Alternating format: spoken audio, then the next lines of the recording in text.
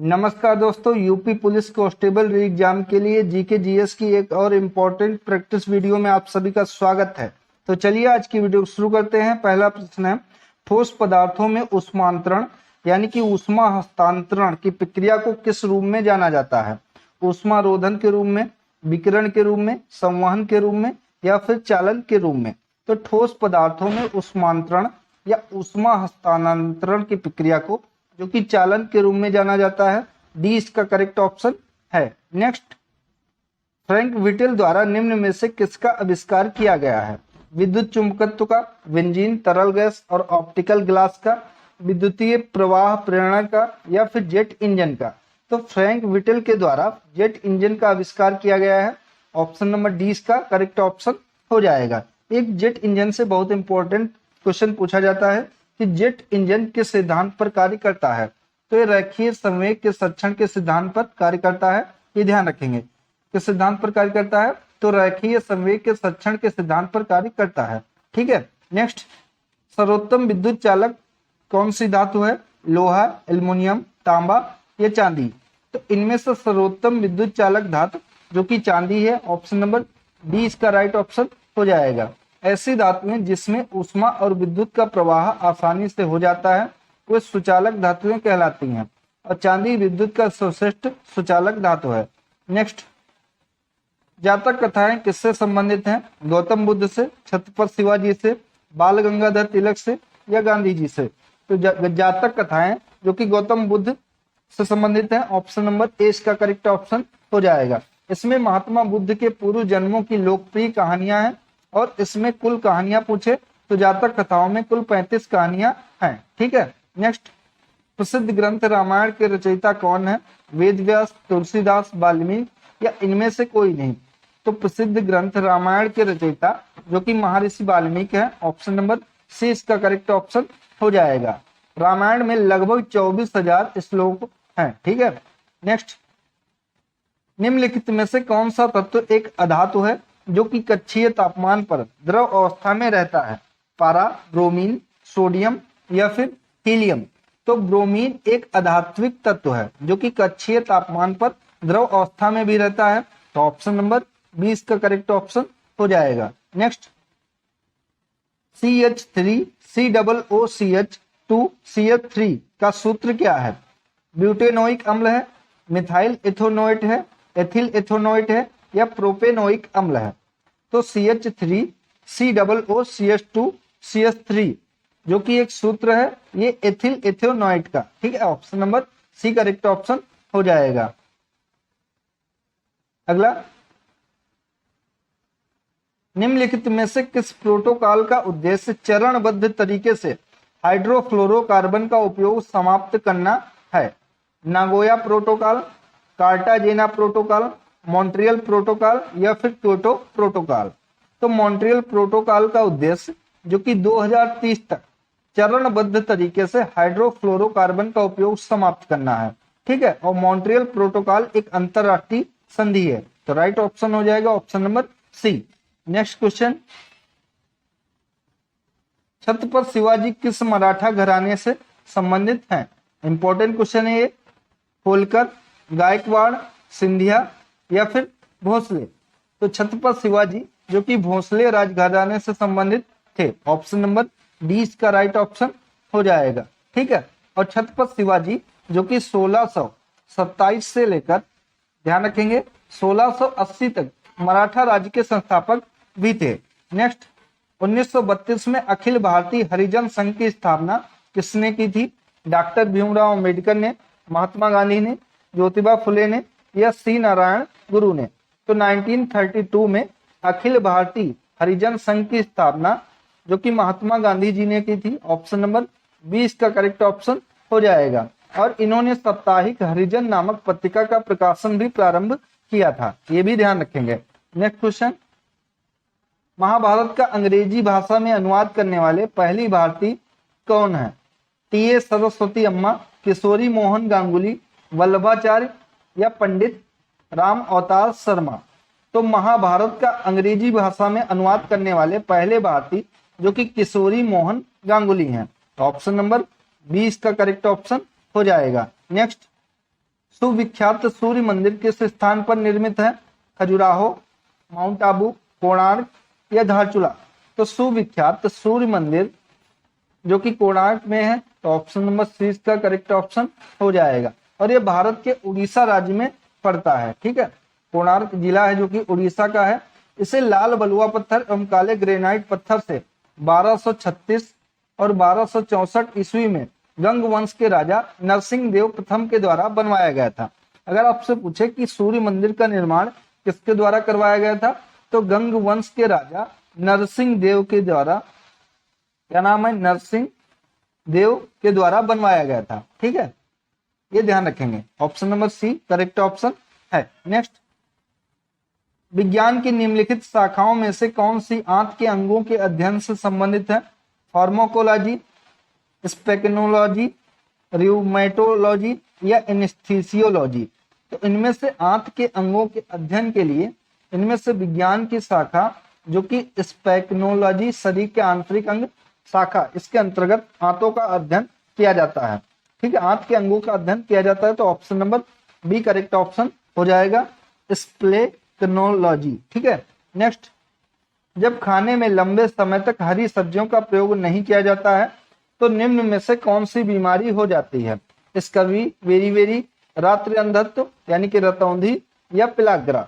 तो जब खाने में लंबे समय तक हरी सब्जियों का प्रयोग नहीं किया जाता है तब रात्रि अंधत्व यानी कि जिसे रतौंधी कहा जाता है, ये रोग हो जाता है। Option number C correct option हो जाता है, हो जाएगा। और ये विटामिन ए की कमी से होता है, ये भी ध्यान रखेंगे। विटामिन से एक बहुत इंपॉर्टेंट क्वेश्चन पूछा जाता है कि जल में घुलनशील विटामिन कौन कौन से हैं? तो विटामिन बी और विटामिन सी, ये दोनों विटामिन जो कि जल में घुलनशील विटामिन है। बाकी सभी विटामिन जो कि वसा में घुलनशील विटामिन होते हैं, ये ध्यान रखेंगे। अगला, मोहिनीअट्टम नृत्य किस राज्य का है? केरल का, आंध्र प्रदेश का, तमिलनाडु का या फिर उड़ीसा का? तो मोहिनीअट्टम जो कि केरल का है, option number A correct option हो जाएगा। और केरल का मोहिनीअट्टम और कथकली भी कहाँ का है? तो केरल का है। ठीक है, आंध्र प्रदेश का अगर पूछे तो कुचिपुड़ी जो कि आंध्र प्रदेश का है। ठीक है, ये पॉइंट ध्यान रखेंगे। अगला, रेरा शब्द का पूर्ण रूप क्या हो जाएगा? रियल एस्टेट अथॉरिटी या real estate road development authority या रियल एस्टेट रिव्यू अथॉरिटी या रियल एस्टेट रेगुलेटरी अथॉरिटी? तो रेरा का पूरा रूप हो जाएगा कि रियल एस्टेट रेगुलेटरी अथॉरिटी। ठीक है, इसका गठन 1 मई 2016 को किया गया था। इसका उद्देश्य क्या होता है? तो रेरा का प्रमुख उद्देश्य होता है धोखाधड़ी रोकना, पारदर्शिता सुनिश्चित करना और हितों की रक्षा करना व जागरूकता का प्रसार करना इसका काम होता है। ठीक है, तो option number D right option है। नेक्स्ट क्वेश्चन, जायद फसल के मौसम होती है मौसम के दौरान? तो जायद फसल किस मौसम के दौरान होती है? शरद, ग्रीष्म ऋतु, शीत ऋतु या फिर वर्षा ऋतु? तो जायद फसल जो कि ग्रीष्म ऋतु के दौरान होती है। ठीक है, और जायद फसलों की जो बुआई है वो मार्च अप्रैल में होती है। मार्च अप्रैल में इनकी बुआई होती है और इनका उत्पादन जो कि मई व जून में होता है। ठीक है, option number B right option हो जाएगा। अगला, भारत का सबसे बड़ा गन्ना उत्पादक राज्य कौन सा है? महाराष्ट्र, कर्नाटक, उत्तर प्रदेश या फिर तमिलनाडु? तो भारत का सबसे बड़ा गन्ना उत्पादक राज्य जो कि उत्तर प्रदेश राज्य है। Option number C right option हो जाएगा। अगर यहीं पर आपसे पूछे कि चीनी मिलों की सर्वाधिक संख्या कहाँ है, तो ये महाराष्ट्र में चीनी मिलों की संख्या सर्वाधिक है। ठीक है, नेक्स्ट, अफ्रीका में कालाहारी किस प्रकार का रेगिस्तान है? शीत शरद ऋतु, उपोष्ण कटिबंध, उष्ण कटिबंध या फिर शीत तटवर्ती? तो अफ्रीका में कालाहारी जो कि रेगिस्तान है और ये एक उपोष्ण कटिबंध रेगिस्तान है। Option number B correct option हो जाएगा। और ये विश्व का एक विशाल मरुस्थल है। ठीक है, और यहाँ के निवासियों को बुशमैन कहा जाता है। अफ्रीका में जो कालाहारी क्षेत्र में निवासी रहते हैं उनको बुशमैन कहा जाता है। ठीक है, तो बी राइट ऑप्शन है। नेक्स्ट, पिग्मी निवासी किस देश में पाए जाते हैं? घाना, विषुवत रेखीय प्रदेश में, सहारा में, मोरक्को में? तो पिग्मी निवासी जो कि पाए जाते हैं विषुवत रेखीय प्रदेश में। ऑप्शन नंबर बी इसका करेक्ट ऑप्शन हो जाएगा। नेक्स्ट क्वेश्चन, निम्न में से किस भारतीय राज्य में जंगल सबसे ज्यादा क्षेत्रफल में फैले हैं? तो भारत वन स्थिति रिपोर्ट 2021 के अनुसार भारत में सर्वाधिक वन क्षेत्रफल जो कि मध्य प्रदेश में है। तो ऑप्शन में यहाँ नहीं दिया गया है, मध्य प्रदेश हो जाएगा। ठीक है, मध्य प्रदेश में सबसे ज्यादा वन है जो कि 2021 की रिपोर्ट के अनुसार। ठीक है, यहाँ 77,492.60 स्क्वायर किलोमीटर पर वन फैले हुए हैं। ठीक है, कहाँ? एमपी में। तो ये ऑप्शन कोई सही नहीं है, मध्य प्रदेश होगा इसका राइट ऑप्शन। अगला, कौन सी नदी हैदराबाद शहर से होकर बहती है? मूसी, गुरुपारा, मीनाचिल या नेत्रवती नदी? तो मूसी नदी कृष्णा नदी की सहायक नदी है। ठीक है, और इस नदी का स्रोत जो कि अनंतगिरी पहाड़ी से है जो कि तेलंगाना राज्य में है और इसी नदी के किनारे हैदराबाद शहर बसा हुआ है। तो ऑप्शन नंबर ए इसका करेक्ट ऑप्शन हो जाएगा। ठीक है, इंपॉर्टेंट क्वेश्चन है ये। अगला क्वेश्चन, नागार्जुन सागर परियोजना किस नदी पर बनी है? गंडक नदी पर, कोसी नदी पर, कृष्णा नदी पर या फिर महानदी पर? तो नागार्जुन सागर परियोजना जो कि भारत के आंध्र प्रदेश राज्य में स्थित एक प्रमुख नदी घाटी परियोजना है। ठीक है, और ये कृष्णा नदी पर स्थित है। ऑप्शन नंबर सी इसका करेक्ट ऑप्शन है। नेक्स्ट, द्रोणाचार्य पुरस्कार किस क्षेत्र में प्रदान किया जाता है? साहित्य लेख में, कला व संस्कृत में, खेल प्रशिक्षण में, समाज सेवा में? तो द्रोणाचार्य पुरस्कार जो कि खेल प्रशिक्षण में दिया जाता है, सी इसका राइट ऑप्शन हो जाएगा। अगर इसकी शुरुआत पूछे तो 1950 और 1985 से इसकी शुरुआत की गई थी। ठीक है, अगला, विश्व स्वास्थ्य दिवस प्रति वर्ष कब मनाया जाता है? 8 मार्च को, 7 अप्रैल को, 21 जून को या फिर 4 जुलाई को? तो विश्व स्वास्थ्य संगठन यानी कि जो WHO की स्थापना हुई थी वो 7 अप्रैल 1948 को हुई थी। इसीलिए प्रत्येक साल 7 अप्रैल को विश्व स्वास्थ्य दिवस मनाया जाता है। ऑप्शन नंबर 20 का राइट ऑप्शन हो जाएगा। ठीक है, नेक्स्ट, पुस्तक देवदास के लेखक कौन है? इंपॉर्टेंट है आपके एग्जाम के लिए। तो पुस्तक देवदास के लेखक हैं शरद चंद्र चट्टोपाध्याय। ऑप्शन नंबर 20 का राइट ऑप्शन हो जाएगा। नेक्स्ट, भारतीय संविधान को कब अपनाया गया था? 26 जनवरी 1951 को, 26 जनवरी 1949 को, 26 नवंबर 1949 को या 26 जनवरी 1950 को? तो पूछा गया कि भारतीय संविधान को कब अपनाया गया था? तो 26 नवंबर 1949 को भारतीय संविधान को अपनाया गया था। इसके कुछ आर्टिकल लागू कर दिए गए थे। ठीक है, उसके बाद पूर्ण रूप से 26 जनवरी 1950 को यह लागू हुआ। तो ऑप्शन नंबर सी इसका राइट ऑप्शन है। नेक्स्ट, भारत की संविधान सभा की संघ शक्ति समिति के अध्यक्ष कौन थे? डॉक्टर राजेंद्र प्रसाद, जीबी कृपलानी, सरदार वल्लभ भाई पटेल या जवाहरलाल नेहरू? तो संघ शक्ति समिति के अध्यक्ष इनमें से जो कि पंडित जवाहरलाल नेहरू थे। ऑप्शन नंबर डी इसका राइट ऑप्शन हो जाएगा। ठीक है, और इसका गठन अगर पूछे तो 1946 में इसका गठन किया गया था। अगला, भारतीय संविधान का कौन सा अनुच्छेद यह कहता है कि राज्य देश के पर्यावरण के संरक्षण एवं संवर्धन का और वन तथा वन्य जीवों की रक्षा करने का प्रयास करेगा? तो ये किस अनुच्छेद में कहा गया है? तो भारतीय संविधान का अनुच्छेद 48A, जिसमें यह कहा गया है कि राज्य देश के पर्यावरण के संरक्षण एवं संवर्धन का और वन तथा वन्य जीवों की रक्षा करने का प्रयास करेगा। ऑप्शन नंबर 20 का राइट ऑप्शन हो जाएगा। नेक्स्ट, प्रशासनिक सुविधा के लिए उत्तर प्रदेश में कितने शहरी निकाय हैं? 1000, 980, 1020 या 915? तो प्रशासनिक सुविधा के लिए उत्तर प्रदेश में जो कि 915 शहरी निकाय हैं। ऑप्शन नंबर डी इसका राइट ऑप्शन हो जाएगा। ठीक है, अगर मंडल पूछे तो उत्तर प्रदेश में 18 मंडल हैं। ठीक है, 4 संभाग हैं, 75 जिले हैं, 915 जो कि नगरीय निकाय हैं और विकास खंड पूछे कभी कभी पूछ लेता है तो 825 विकास खंड हैं और न्याय पंचायत जो कि 8135 उत्तर प्रदेश में न्याय पंचायत हैं। ये सभी पॉइंट आप लोग ध्यान रखेंगे। नेक्स्ट, कवि संत कबीर का जन्म और पालन पोषण किस शहर में हुआ था? कानपुर में, मथुरा में, वाराणसी में या फिर अयोध्या में? तो ऑप्शन नंबर सी इसका राइट ऑप्शन हो जाएगा, वाराणसी में। कबीर का जन्म जो कि 1398 ईस्वी में, हालांकि इस पर यह विवादित है, ये वाराणसी में एक विधवा ब्राह्मणी से, ठीक है, हुआ था, परंतु इनका पालन पोषण नीमा और नीरू नामक जुलाहे के यहाँ हुआ था। तो option number C right option हो जाएगा। नेक्स्ट, उत्तर प्रदेश में पहली बार 1887 में प्रकाशित होने वाले दैनिक समाचार हिंदुस्तान के संपादक कौन थे? महावीर प्रसाद द्विवेदी, पद्मलाल पुन्नालाल बख्शी, मदन मोहन मालवीय या भारतेंदु हरिश्चंद्र? तो जो 1887 में हिंदुस्तान समाचार पत्र प्रकाशित हुआ था, इसके संपादक जो कि मदन मोहन मालवीय थे। ऑप्शन नंबर सी इसका राइट ऑप्शन हो जाएगा। ठीक है। नेक्स्ट, निम्न में से कौन सी भाषा उत्तर प्रदेश की दूसरी राज्य भाषा है? अंग्रेजी, भोजपुरी, उर्दू या हिंदी?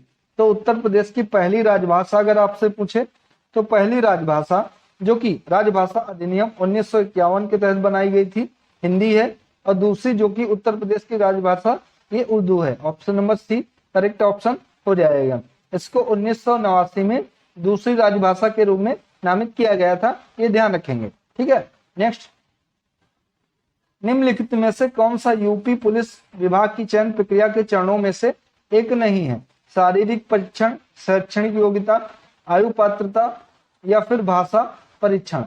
तो उत्तर प्रदेश पुलिस विभाग के चयन प्रक्रिया के प्रमुख चरण में भाषा परीक्षा चयन प्रक्रिया का हिस्सा नहीं है। बाकी शारीरिक परीक्षण भी होता है, शैक्षणिक योग्यता भी ली जाती है, आयु पात्रता भी देखी जाती है, लेकिन भाषा का परीक्षण इसके लिए कोई भी एग्जाम या परीक्षा नहीं होती। ऑप्शन नंबर डी इसका राइट ऑप्शन हो जाएगा। नेक्स्ट, मृदा जिसमें मुख्य रूप से पोटास की कमी होती है उत्तर प्रदेश के किस जिले में पाई जाती है? जौनपुर, बहराइच, बलरामपुर या गोंडा? तो मिट्टी जिसमें पोटास की कम मात्रा होती है वो उत्तर प्रदेश के जौनपुर, आजमगढ़ तथा मऊ जनपद की मिट्टियों में पाई जाती है। तो यहाँ पर जौनपुर ऑप्शन में दिया गया है, option number A correct option हो जाएगा।